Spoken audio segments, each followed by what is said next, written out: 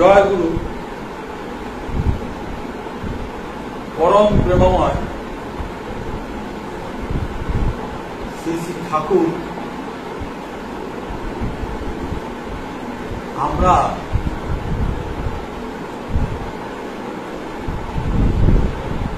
তাকে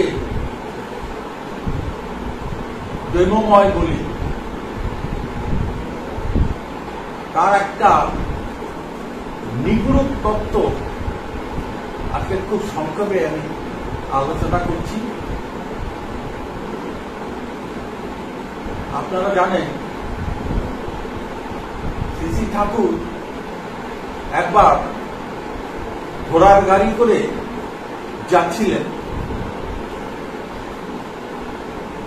যেতে যেতে ওই সহিস ঘোড়ার পিঠে যে চাবুক মারছিল সেটি ঠাকুর সহ্য করতে না পারে তার যে সঙ্গী যাত্রী বলেন চলেন দ্বারা নেমে হেঁটে চলে যায়। কিন্তু সঙ্গীটি শ্রী শ্রী ঠাকুরের পিঠে লক্ষ্য করলেন যে ঘোড়ার পিঠের যে চাবুকের দাগ সেইটি ঠাকুরের পিঠে স্পষ্ট ফুটে উঠেছে। শ্রী শ্রী ঠাকুর একদিন নিজে বলছিলেন যে আমি একদিন দেখছি একটা ঘুঘু পাখি কোন জায়গায় খুঁটে খুঁটে তার খাবার খাচ্ছে।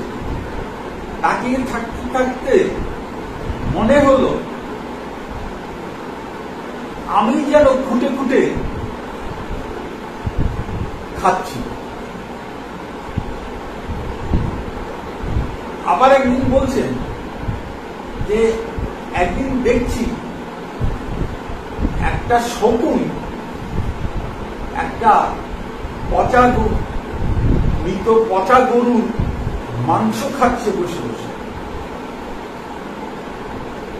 সেদিকে তাকাতেই নজর পড়তে আমার মনে হলো কিছুক্ষণ বাদে যেন আমি সেই পচা মাংস খাচ্ছি। এরকম ভাবতে ভাবতে হঠাৎ মনে হলো আরে এখন যদি আমার প্রাণ ত্যাগ হয়ে যায় তাহলে তো মহা মুশকিলের ব্যাপার হবে। আমাকে আবার শকুঞ্জনিতে এসে জন্ম নিতে হবে। আমি সেখান থেকে সঙ্গে সঙ্গে মনটাকে উঠিয়ে নেব। এই প্রসঙ্গে আলোচনা করতে গিয়ে শ্রী শ্রী ঠাকুর কেষ্টদাসের কথা প্রসঙ্গে একদিন বলছেন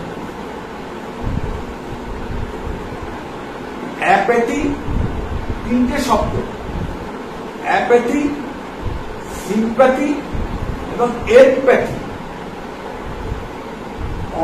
আমরা অ্যাপ্যাথি বলতে বুঝি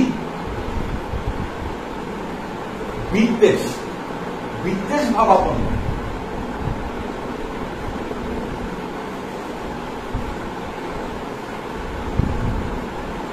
আর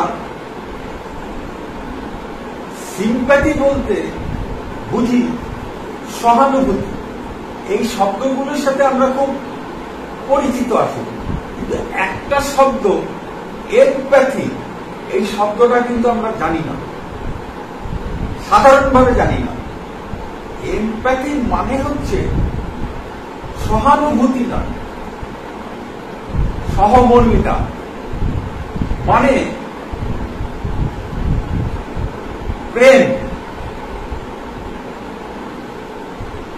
ঠাকুর সত্যানুসরণে একটা বাণীতেও বলেছেন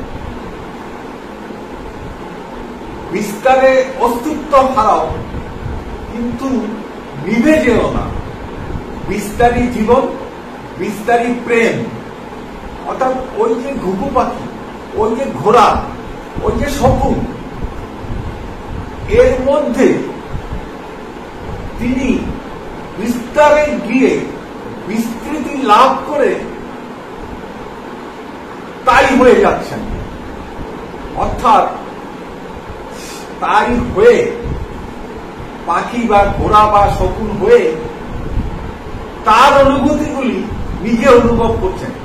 সেই জন্য ঠাকুর কে আমরা প্রেমময় বলি।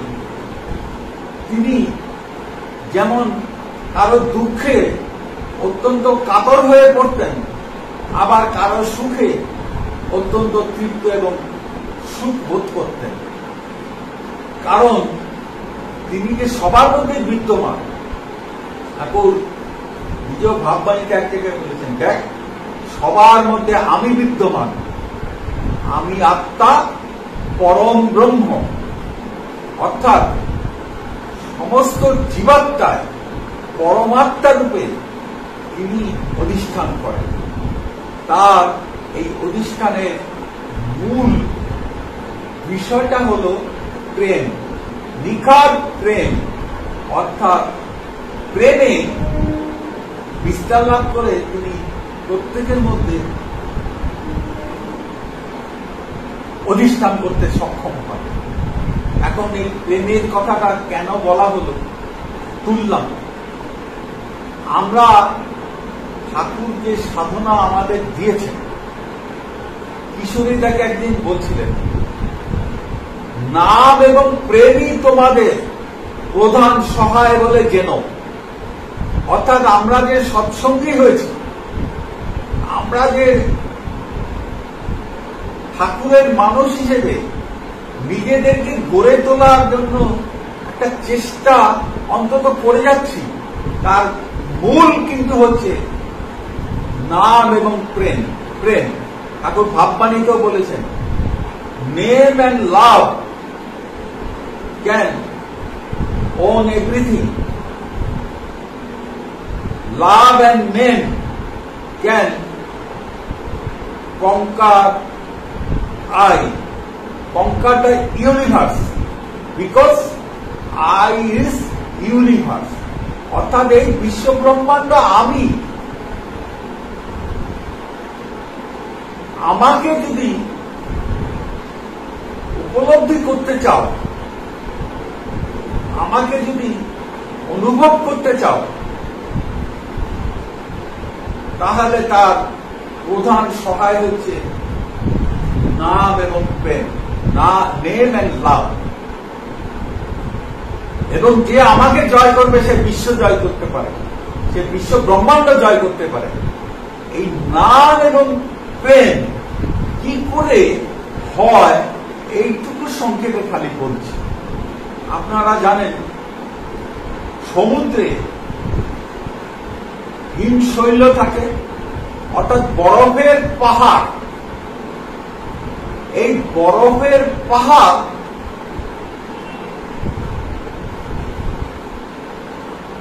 কি হয় যখন প্রখর সূর্যের তাপ ওঠে,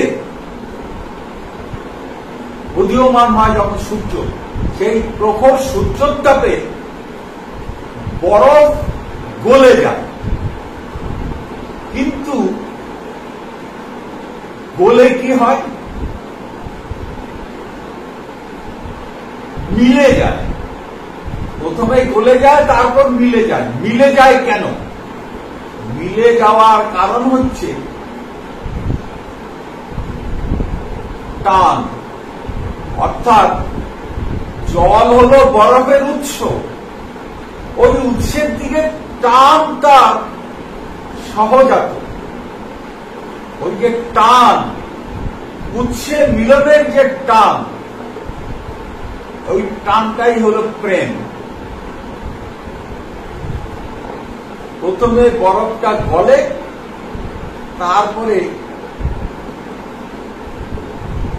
উৎসের মিলনের যে টান বা প্রেম, এটাই হলো প্রেম। এমপ্যাথি, অর্থাৎ তাই হয়ে যায়, মানে জল হয়ে যায়। তখন বরফ আর বরফ থাকলো না, জল হয়ে গেল। আমরা যে সাধনায় ব্রতী হয়েছি, এই নাম, নামের ফলে নামের যে কম্পন, এই কম্পনের কারণে নামের যে ভাইব্রেশন, তার ফলে আমাদের মস্তিষ্ক কোষ এবং দেহস্থিত যে 10 লক্ষ কোটি কোষ আছে সেগুলি তাপ সৃষ্টি হয়। তপ থেকে এই জন্য তাপ কথাটা সৃষ্টি হয়েছে এসছে, অর্থাৎ নাম নিরত হলে, তপস্যা নিরত হলে তাপ সৃষ্টি হয়। তাতেই কিন্তু হয় না, চাই প্রেম, অর্থাৎ ঠাকুরের প্রতি অকাট্য প্রেম যখন আমাদের হয় তখন আমি ঠাকুরে মিলে যাই। নাম এবং প্রেম এর যখন সমন্বয় হয়, মেলোডি হয়, মেলবন্ধন হয়, এক এবং একমাত্র তখনই আমি ঠাকুরের সঙ্গে মিলে যাই। কিরকম হয় ব্যাপারটা? ঠাকুর সত্যানুসরণের শ্রীহস্ত লিখিত গ্রন্থ তার যে সত্যানুসরণে একদম প্রথমেই বলছেন, অর্থবান যশ ইত্যাদি পাওয়ার আশায় আমাকে ঠাকুর সাজিয়ে ভক্ত হয়ে, তোমার ঠাকুরত্ব না জাগলে কেউ তোমার কেন্দ্রেও নয়, ঠাকুর নয়, থেকে ফাঁকি দিলেই পেতে হবে তা। মানে আমরা ঠাকুরের কাছে নানান রকম চাহিদা নিয়ে যাই, সেটা কিন্তু আসল উদ্দেশ্য নয়, সেটা কিন্তু চরম কথা নয়, সাধনার চরম স্তর এটা কিন্তু নয়। ঠাকুর বলছেন তোমার মধ্যে ঠাকুরত্বের জাগরণ ঘটলে, অর্থাৎ বরফ যেমন জল হয়ে যায় সূর্যের তাপে এবং টানে, উৎসের টানে, তেমনি ঠাকুর হচ্ছেন পরব্রহ্ম ভাব, আমাদের জীবনের উৎস, আমরা তারই উৎক্ষেপ, তাতেই উদ্ভাসিত। এবং আমরা এই একমাত্র নাম এবং প্রেমকে সম্বল করে আমরা ঠাকুরের লয় হয়ে যেতে পারি। ওই তখনই আমাদের মধ্যে ঠাকুরত্ব জাগরণ ঘটে, তখন আমার নিজত্ব বিলুপ্ত হয়ে ঠাকুরত্বের জাগরণ ঘটে, আমরা সাধনায় সিদ্ধি লাভ করি। যেমন নদী যখন সমুদ্রে মোহনায় গিয়ে সমুদ্রে আত্মদান করে, মিলে যায়, আত্মদান করে যখন সমুদ্রে লয় হয়ে যায় তখন কিন্তু সে সমুদ্র হয়ে যায়। এবং আমরা যখন ঠাকুরে আত্মদান করে ঠাকুরত্ব অর্জন করি তখনই আমরা সাধনার চরম স্তরে উন্নীত হয়ে সার্থক হই। সেই মহামিলনে এক অদ্বিতীয় পরব্রহ্মে অনুভূতি লাভ হয়ে অহং ব্রহ্ম জ্ঞান হয়ে সাধনার চরম স্তরে পৌঁছানোর যে পথ, যে উপায় তিনি আমাদের দিয়েছেন, এই সাধনা দুর্লভ সাধনা, যুগ যুগ ধরে মানুষ চেষ্টা করল এই নাম, এই মহানাম পাওয়ার সৌভাগ্য। ঠাকুরের ভাববাণীটা এক জায়গায় বলছেন, এই নাম দেবতারা জপতে পায়নি, তোরা একবার নিবি না ভাই, একবার নিবি না। আর ওই যে প্রেম, নামের সঙ্গে যে প্রেমের মেলবন্ধন, ওই প্রেমের জন্যই ঠাকুর ইষ্টভীতি প্রবর্তন করে বললেন,